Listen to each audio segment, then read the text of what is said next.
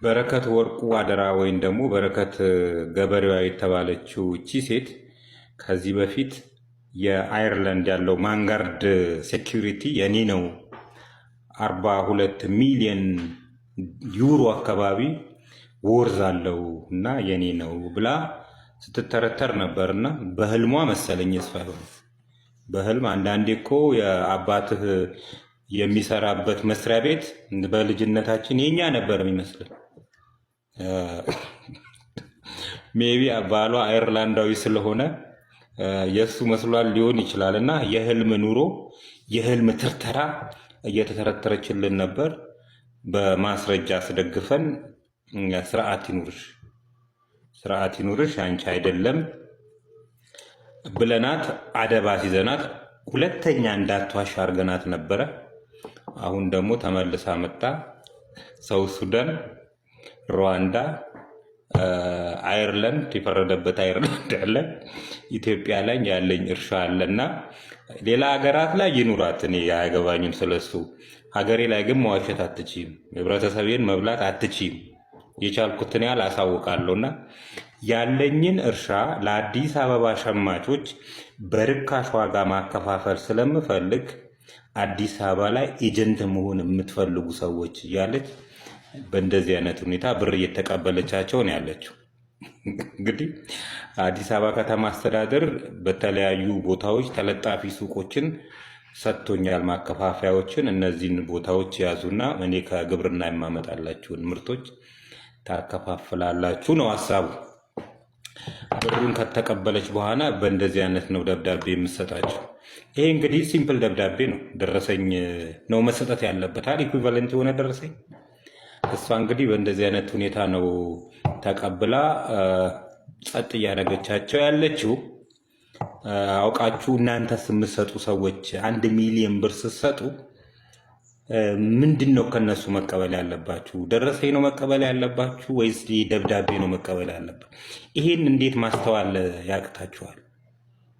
ብሩን የማትፈልጉት ከሆነ አጠገባችሁ ብዙም ሳትርቁ ብዙ ረዲያን አሉ፣ ለእነሱ አታከፋፍሉ? ለአንድ ዋሽቶ አደር ሴት ይሄን የሚያክል ብር እየሰጣችሁ ኤኒዌይ ፈልጋችሁ መስጠት ያለባችሁ ሰዎች መስጠት ትችላላችሁ። ግን ሳታቁት ይሄን ብር የምትሰጡ ሰዎች ውሸት ነውና ብራችሁን ተበልታችሁ እንዳቆሩ ተቆጠቡ ለማለት ነው። መልካም ቅዳሜ።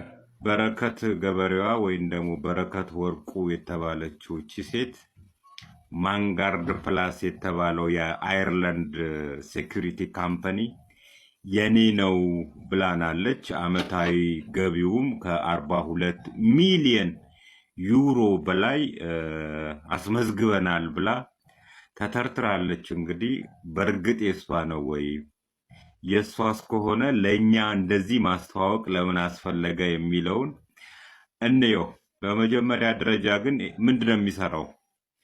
ማንጋርድ ፕላስ የሚባለው ካምፓኒ አየርላንድ ላይ ኖርዘርን አየርላንድም ሆነ አየርላንድ ላይ እነ ስኮትላንድ ላይ ግሬት ብሪቴን ላይ የሚባሉት ሀገራት ላይ የሴኩሪቲ አገልግሎት የሚሰጥ ነው። እንግዲህ መንግስት ለመንግስት ባልሆነ ግንኙነት የተለያዩ ባለሀብቶች፣ ታዋቂ ሰዎች ወደ አየርላንድ እና ወደ ግሬት ብሪቴን ሊሄዱ ይችላሉ። መንግስት ለመንግስት በሆነ ግንኙነት ከሆነ መንግስት ራሱ ይጠብቃቸዋል። ግን ለራሳቸው ጉዳይ ከሆነ እነ ማንጋርድ ያሉትን ሴኩሪቲ ካምፓኒዎች ገዝተው አገልግሎታቸውን ገዝተው እሱ ይጠብቃቸዋል። ኢንቨስትመንታቸውን ይጠብቃል። ሰዎቹን ራሱ ሊጠብቅ ይችላል። ሰዎቹ ሀገር ውስጥ ግዛች ሀገር ላይ ገብተው እስኪወጡ ድረስ ወይም ደግሞ ኢንቨስትመንቱ እዛ ሀገር ላይ እስካለ ድረስ ሊጠብቅ የሚችል ትልቅ ካምፓኒ ነው።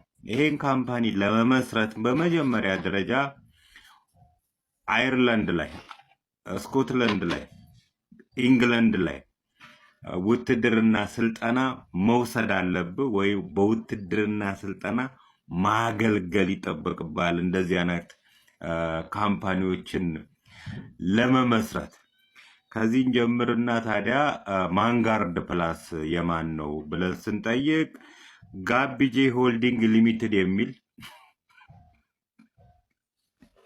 ካምፓኒዎችን እናገኛለን። የቤተሰብ ካምፓኒ የማይሸጥ የቤተሰብ ካምፓኒ ነው እና ሜቢ የባሏ ይሆን እንዴ? ጆናታን ፒም ይባላል ባሏ እና የጆናታን ይሆን እንዴ ብዬ ደግሞ የጆናታን ፕሮፋይል ሳየው ጆናታን ፒም በማንጋርድ ፕላስ ላይ ቴክኒካል ዳይሬክተር ሆኖ አገልግሏል።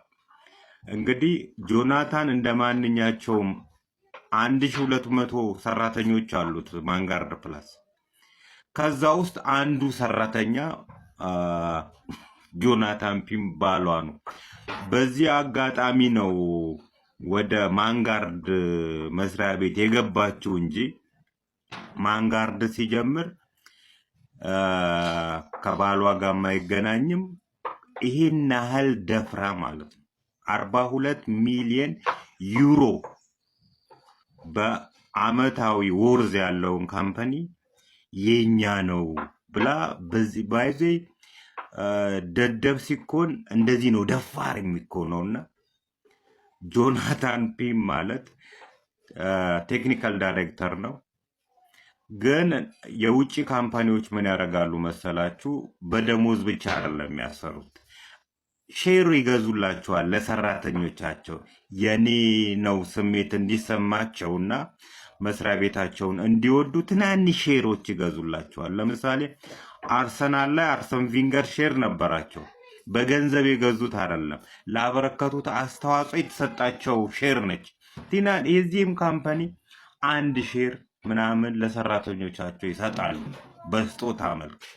በዚህ ደረጃ እንደ ማንኛቸውም ሰራተኛ ጆናታን ስቴክ ሆልደር ነው፣ ሼር ሆልደር አለችው። ትንጥዬ ሼር ሆልደር አንድ ማትበልጥ በሱ ምክንያት የገባችበትን ቢሮ ነው እንግዲህ ይሄን ያህል የኔ ነው 42 ሚሊዮን ብር እንትንላለን እስከ 150 ዩሮ ነው ፐር አወር ከፍላሉ ያለችው ለሰራተኞቹ 1200 ይዋቸውና እነማንን እንደተዳፈረች ይዋቸው።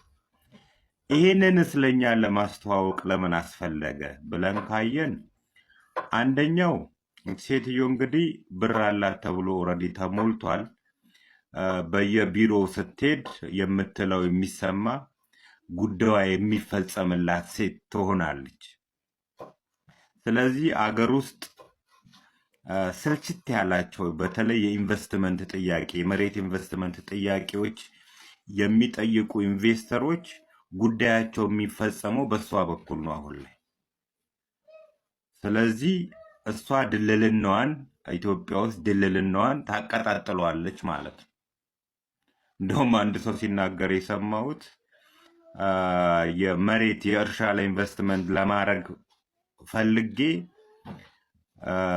በእሷ በኩል በተለያዩ ኦሮሚያ ቢሮዎች ሄጄ ቢሮክራሲውና ጉቦው ስለሰለቸኝ ሰዎች ሳማክር እሷን በእሷ በኩል ሊር ተብዬ እሷን ስነግራት 10 ሚሊዮን ብር ለሰዎች የሚሰጥ አንጣና የኢንቨስትመንት መሬት አሰጥሃለሁ ብላኛለች ብሏል። እንግዲህ የእነዚህ አይነት የድለላ ስራ በባለ ሀብቶችና በባለስልጣናት መካከል የድለላ ስራ የምትሰራ ሴት ስለሆነች አላት የሚሉ አሁን እንዲወራ